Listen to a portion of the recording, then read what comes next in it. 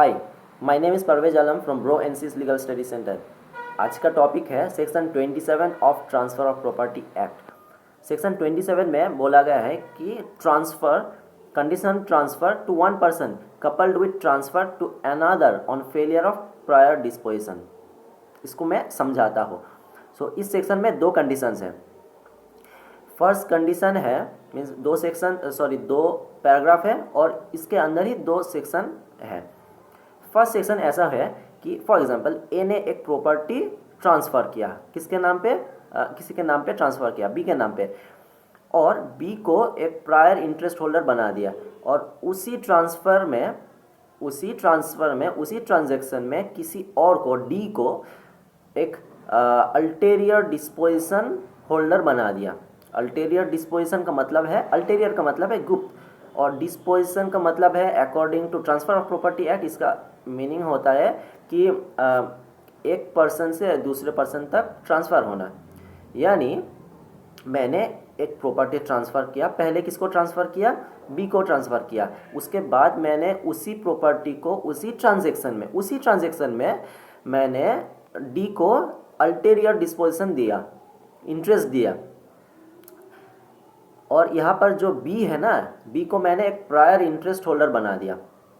Now condition ऐसा है कि अगर मैं कुछ नहीं बोलता कि बी का इंटरेस्ट कैसे फेल होगा, बी का इंटरेस्ट यानी प्रायर इंटरेस्ट होल्डर का इंटरेस्ट कैसे फेल होगा, अगर ये मैंने मेंशन नहीं किया, और अगर किसी कारण प्रायर इंटरेस्ट होल्डर का जो इंटरेस्ट है वो फेल हो जाता है, then that property will be transferred to whom, हाँ, D, our ulterior disposition holder.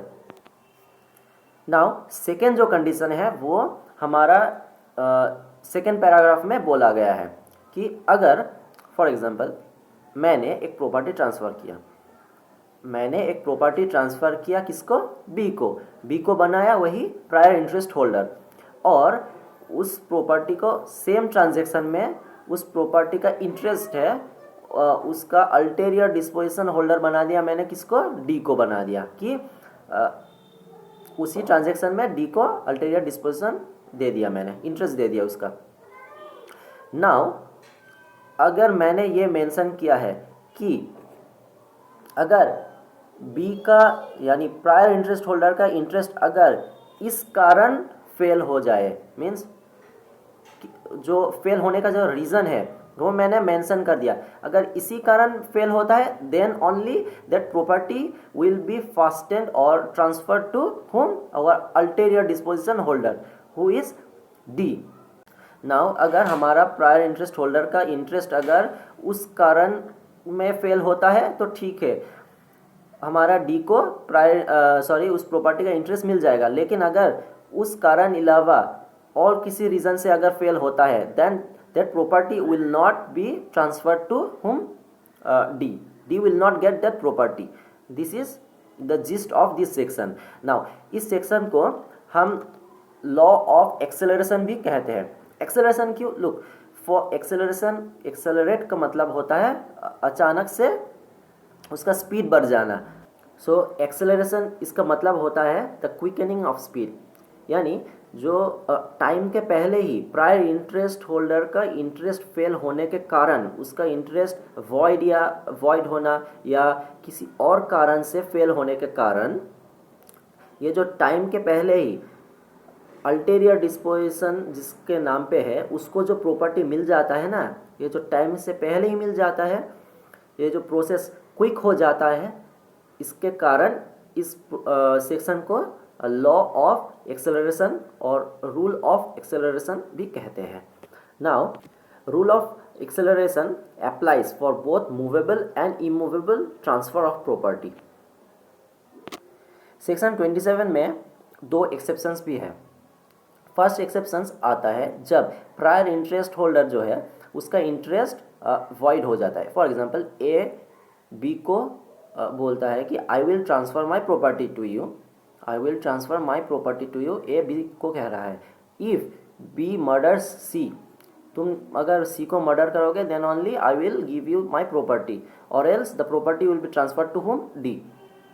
सो यहाँ पर प्रायर इंटरेस्ट होल्डर का इंटरेस्ट भी वॉइड है, of course it is void, और डी का इंटरेस्ट भी वॉइड हो जाएगा, यानी प्रायर इंटरेस्ट होल्डर का इंटरेस्ट भी वॉइड हो गया और अल्टेरियर डिस्पोजिशन जिसके नाम पे है वो भी वॉइड हो गया।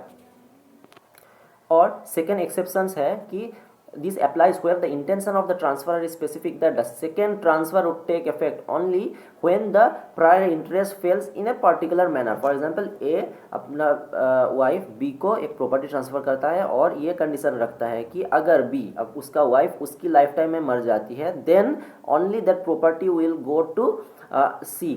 बट एक्सीडेंटली क्या होता है कि A B एक्सीडेंट में मर जाते हैं और it was not possible to determine whether उसका वाइफ पहले मरा या ए पहले मरा। So in this case D को प्रॉपर्टी नहीं मिला, यानी अल्टेरियर डिस्पोजिशन होल्डर को प्रॉपर्टी नहीं मिला। नाउ एक फेमस केस लॉ है जूल्स वर्सेस जैकब्स, 1876 का ये केस है। यहाँ पर ए के पास एक प्रॉपर्टी था और उसने अपने बेटे बी के नाम पे एक विल लिखा कि मेरा बेटा मेरी लाइफ टाइम में जब तक ज़िंदा रहेगा वो प्रॉपर्टी एंजॉय करेगा, और उसके बाद वो प्रॉपर्टी बी के बेटे के पास चले जाएगा, जितना भी बेटे होगा उनके पास चले जाएगा। लेकिन यहाँ पर क्या हुआ, बी यानी ए का बेटा वहाँ पर अटेस्ट कर दिया। Now according to rule of will, जो अटेस्ट करता है उसके नाम पे वो प्रॉपर्टी नहीं जाता। सो बी के नाम पे वो प्रॉपर्टी तो नहीं गया, यानी उसके बेटे के पास वो प्रॉपर्टी नहीं गया, but the property was devolved or accelerated to the sons of B. So don't worry, ये जो केस लॉ है वो मैं डिस्क्रिप्शन में दे दूंगा। सेक्शन 27 यहाँ तक था। I hope you all enjoy it and या see you in the next video. Till then happy study.